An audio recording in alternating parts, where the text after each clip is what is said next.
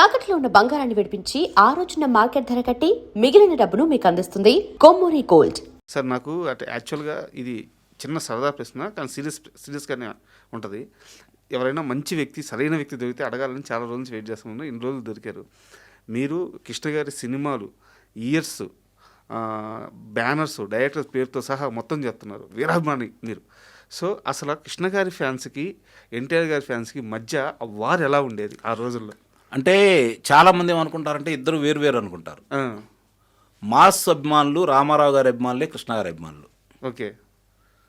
కానీ కొన్ని రోజులు దాటిన తర్వాత పోటాపోటీగా ఇచ్చేటప్పుడు కొంతమంది ఉంటారు కదా, మామూలుగా సామాన్య ప్రజానీకం అంటే ఇలాంటి అంటే ఈ హీరో కథానాయకుల పాత్రలను ఇష్టపడే వాళ్ళు ఆయనే చూశారు, ఈయనే చూశారు.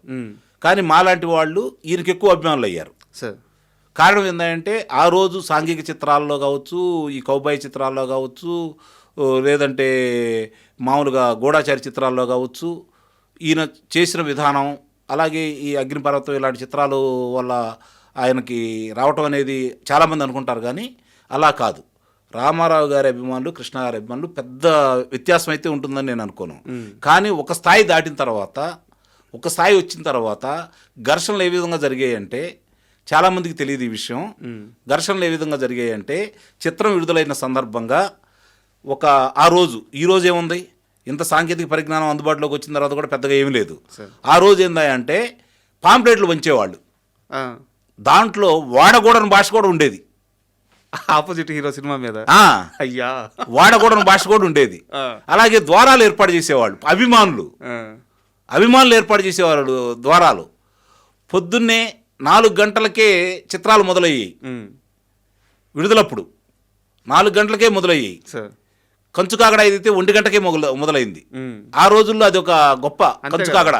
ఆ చిత్రం ఆ రోజుల్లోనే మామూలుగా మనకి అంటే అభిమానుల కోసం వేసిన దానికి అత్యధికంగా ధర నిర్ణయించారు దానికి. అది ఒక సంచలనం. ఇవి చాలా ఘర్షణ వాతావరణం ఉండేది. ఏ విధంగా వాతావరణం ఉండేదంటే రామారావు గారి అభిమానులైనా, కృష్ణ గారి అభిమానులైనా పెద్ద వ్యత్యాసం లేకపోయినా కూడా రామారావు గారి అభిమానులు, నాగేశ్వరరావు గారి అభిమానులు, సోహన్ బాబు గారి అభిమానులు కృష్ణ గారి అభిమానులు జోలితో పెట్టుకోవాలంటే భయపడే వ్యక్తులు. మూర్ఖులు, నిజంగా చెబుతున్నాను. అది మూర్ఖులు. మామూలుగా అసలు మామూలు మాస్ కాదనమాట. అది ఒక రకంగా వదిలేసేవాళ్ళు. ఉన్మాదం అది. అంతే, పిచ్చి అంతే. దాని గురించి చెప్పుకోవడానికంటూ ఏమి లేదు. హీరో గారు అంటే అంతే. ఇక దాని గురించి ఏమి లేవు. ఈ రోజు కూడా ఈ మధ్య నేను ఒకసారి మహానటి సినిమాకి వెళ్ళిన సందర్భంలో దాంట్లో చుట్టూ ఉన్న స్నేహితులు అంటే సావిత్రి గారి పాత్రకు సంబంధించి చుట్టూ కూర్చొని ఉంటారు కదా. కొత్తగా ఒక అబ్బాయి ఇచ్చాడబ్బా చాలా అంటే విజిల్స్ థియేటర్లో ఈ రోజుకి కూడా. అంటే వయసుతో సంబంధం లేదు కృష్ణ గారికి. నా మనిషి అనుకున్నారు కాబట్టి అందరూ ఆయన అభిమానించారు కాబట్టి, అట్లానే ఆయన పాత్రలు ఆ విధంగా ప్రజల్లోకి వెళ్ళినాయి కాబట్టి, ఆయనకున్నటువంటి పేరు ప్రఖ్యాతుల్ని సొమ్ము చేసుకోవడానికి ప్రయత్నించి నిజంగానే కొన్ని చిత్రాల్లో ఆయనకు అన్యాయం జరిగినా, వ్యాపార దృక్పథంతో ఆలోచించినా అవేమీ పట్టించుకోకుండా చిత్ర పరిశ్రమను మేలు నిరంతరం కోరుకున్నటువంటి ఏకైక వ్యక్తి సూపర్ స్టార్ కృష్ణ గారు. సార్ లాస్ట్ ఒక 2 క్వశ్చన్స్ ఉన్నాయి సార్. మీరు అన్నట్టు సినిమా తప్ప వేరే ప్రపంచం తెలియకుండా బతికిన మనిషి ఆయన. సరే, మధ్యలో కొంతకాలం రాజకీయం ఉన్నా అది అప్లికేషన్ మీద పోయిన వ్యక్తే. కానీ అది నిజంగా కృష్ణ గారికి కాకుండా కృష్ణ గారి కుటుంబాన్ని కూడా చాలా ఇబ్బంది పెట్టింది రాజకీయం అనేది. సార్ ఆయన రామారావు గారు వీరాభిమాని అయ్యి ఉండి, హనుమంతరావు గారు తోటి వాళ్ళ పెద్ద తమ్ముడు గారు హనుమంతరావు గారు రామారావు గారితో చాలా బాగుండేవాడు. వాళ్ళిద్దరికి అనుబంధం కూడా బాగుండేది. మరి అలాంటి వ్యక్తులు రామారావు గారికి వ్యతిరేకంగా కొంతమంది రామారావు గారి మీద ఉన్నటువంటి వ్యక్తిగత ద్వేషాలతోటి వీళ్ళని వ్యతిరేకులుగా మార్చారు. అది చివరికి ఏ స్థాయికి వెళ్ళిందంటే తప్పనిసరి పరిస్థితుల్లో, తప్పించుకోవడానికి వీలైన పరిస్థితుల్లో వాళ్ళతో పాటు నడవాల్సిన పరిస్థితి కృష్ణ గారికి కూడా వచ్చింది. అదే, ఇది మాత్రం చాలా దురదృష్టకరం. ఒక రకంగా రామారావు గారి అభిమానులు ద్వేషం పెంచుకోవడానికి కూడా అది ఒక కారణం. అప్పుడు దాకా పెద్దగా చిత్రాల మీద పోటీ పటా ఉన్నా కూడా కృష్ణ గారు అంటే ఇష్టం ఉండేది. మా హీరో అభిమాని. నిజంగా అది కృష్ణ గారికి నష్టం కూడా చేసింది. రాజకీయ నాయకులు తన స్వార్థానికి ఎలా ఉపయోగించుకుంటారు అనే దానికి కృష్ణ గారు కూడా ఒక ఉదాహరణ. కృష్ణ గారు చరిష్మాని వాడుకున్నారు నిస్సందేహంగా. సార్. అయితే ఇక్కడ నా ప్రశ్న ఏంటంటే ఆయనకి మహేష్ బాబు గారు స్టార్ అవుతున్నప్పుడు సూపర్ స్టార్గా ఎదుగుతున్న ఆ క్రమంలో చాలా ఆనందంగా ఉండేదంట. అంటే నా ఆరాని నా కొడుకు అందుకున్నాడు, ఈ రేంజ్కి ఎదుగుతున్నారని. మీరు చాలా దగ్గర మనిషి కాబట్టి ఏ రోజన్నా మహేష్ బాబు గారి ఆ జర్నీ గురించి, ఆ సక్సెస్ గురించి మీతో ఆనందంగా పంచుకున్న క్షణం ఉందా? అంటే మహేష్ బాబు ప్రస్థానం మొదలైన తర్వాత మేము కలుసుకున్న సందర్భాలు చాలా తక్కువ సార్. కానీ ఆయన ఒక మాట అన్నాడు. వేరే వేరే చిత్రాలు చేశాడు మహేష్ బాబు ప్రారంభంలో. ఒక్కడి చిత్రం అఖండ విజయం సాధించింది సార్. ఆయన అన్నాడు, మహేష్ బాబు ఎలాంటి చిత్రాలు ఎన్నుకోవాలో ఇప్పుడైనా అర్థమైందేమోనని. ఓకే. అంటే అభిమానులు ఏ విధంగా చూడాలనుకున్నారు మహేష్ బాబుని, కానీ మహేష్ బాబు చేసే ప్రయోగాలు ఏ విధంగా ఉన్నాయని చెప్పని ఆయన నర్మగర్భంగానే చెప్పాడు. ఒక్కడు విజయం తర్వాత ఇప్పుడు అర్థం అవ్వాలి అని చెప్పని ఆయన చెప్పిన విధానం నిజంగా అంటే జనాలు ఏ విధంగా చూడాలనుకున్నారు మహేష్ బాబుని. ఆయన కృష్ణ గారి కొడుకు, ఆయన ఆ స్థాయి ఉండాలి, ఆ రేంజ్, ఆ మాస్. అవును. ఇప్పుడు మిగిలిన వాళ్ళు వేరు. ఇప్పుడు చాలామంది చాలా రకాల పాత్రలు వేశారు. చిత్రీకరణలో కొంచెం అసభ్యకరంగా మాట్లాడిన సందర్భాలు కూడా ఉన్నాయి. కానీ వారసుడిలో కృష్ణ గారిని ఆ మాట అన్నందుకు ఎందుకు ఆ విధంగా ప్రజల్లో వ్యతిరేకత వచ్చింది? అది ఇష్టం కాదు, అది ఒక పిచ్చి.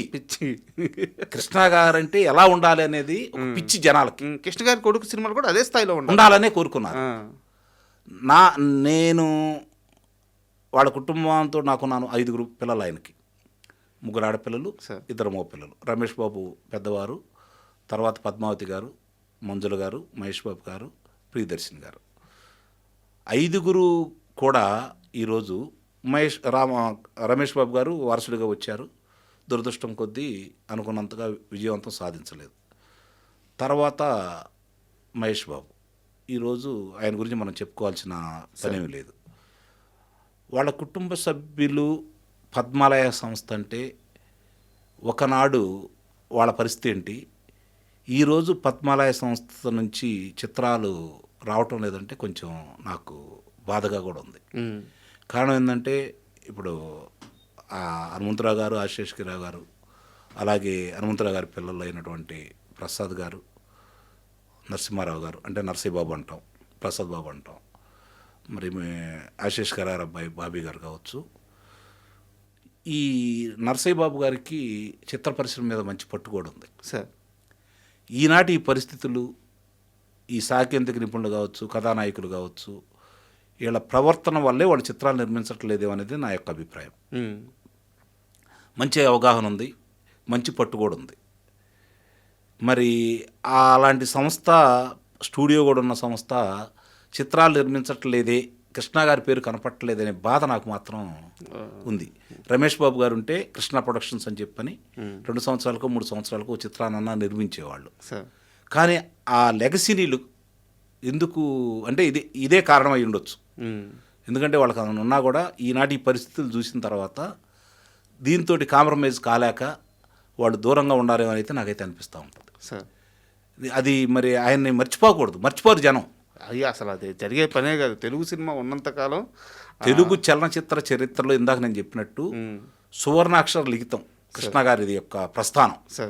ఇప్పుడు అంతకుముందు అన్నానందమూరి తారక రామారావు గారు కావచ్చు, నాగేశ్వరరావు గారు కావచ్చు, ఆ తర్వాత వచ్చినటువంటి తరంలో కృష్ణ గారే ప్రథముడు. కృష్ణ గారిని మించిన వాళ్ళు ఇంకా రాలేదు, వస్తారని కూడా నేను అనుకోను. ఈరోజు సంవత్సరానికి ఒక చిత్రం కూడా వాళ్ళ దాని నుంచి రావట్లా. ఆయన ఒక సంవత్సరంలో 1972 సంవత్సరంలో 18 చిత్రాలు విడుదలైనవి. 18 చిత్రాలు విడుదలైనవి.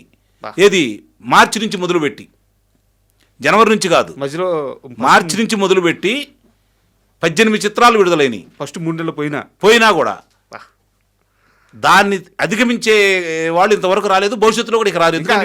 చేసే పరిస్థితులు కాదు కదా, అసాధ్యం. కాబట్టి చిత్ర పరిశ్రమ కానీ, నిర్మాతలు కానీ, కథానాయకులు కానీ ఈరోజు ఆలోచించుకోవాల్సింది ఏంటంటే మనం దీన్ని చేసినందువల్ల ఏమి సాధిస్తున్నాం. ఈరోజు 3 సంవత్సరాలు, 4 సంవత్సరాలు, 5 సంవత్సరాలు చిత్రాలు నిర్మిస్తూ మనం ఏ సందేశం ఇస్తున్నాం, ఎవరి కోసం మనం చిత్రాలు నిర్మిస్తున్నాం, ఒక్కసారి ఆలోచించుకుంటే అర్థమవుతుంది వాళ్ళ గొప్పతనం. వాళ్ళు ఆ విధంగా ఎలా చేయగలిగారు. 3 షిఫ్ట్లు చేసేవారండి కృష్ణ గారు. ఉమ్. ఆయన వదులుకున్న సినిమాలు వేరే కథానాయకులు చేస్తే వాళ్ళకి స్టార్డమ్ వచ్చిందన్న విషయం చాలామందికి తెలుసు. మనం ఆ పేర్లు చెప్పకూడదు, ఎందుకంటే వాళ్ళు మనం తక్కువ చేసి మాట్లాడకూడదు కాబట్టి. సార్ ఆయన నాకంటే ఆ అబ్బాయి బాగా చేస్తాడయ్యా, ఆయన దగ్గరికి వెళ్ళండి అన్న సందర్భాలు తెలుసు. And for more videos, Please subscribe to iDream. Please subscribe to iDream. Please subscribe iDream. And please subscribe to iDream. For more videos, subscribe to iDream. please like, share and subscribe to the channel. Congratulations, iDream. Subscribe to iDream. Subscribe to iDream. So subscribe to iDream Media. iDream team అందరికి huge congratulations. Please subscribe iDream Media. Please subscribe to iDream. Subscribe iDream. Please subscribe to iDream. iDream అంటే నా కళల ఛానల్ను subscribe చేసుకున్న నోరు తిరుగుతలేదు, మీరైతే గంట గుర్తు కొట్టండి. For more such videos, please subscribe to iDream. Subscribe to iDream. Please subscribe to iDream. Please subscribe iDream Media. Please do subscribe to iDream. Please subscribe to iDream Media. For best entertainment and information, please subscribe iDream. And don't forget to subscribe to iDream.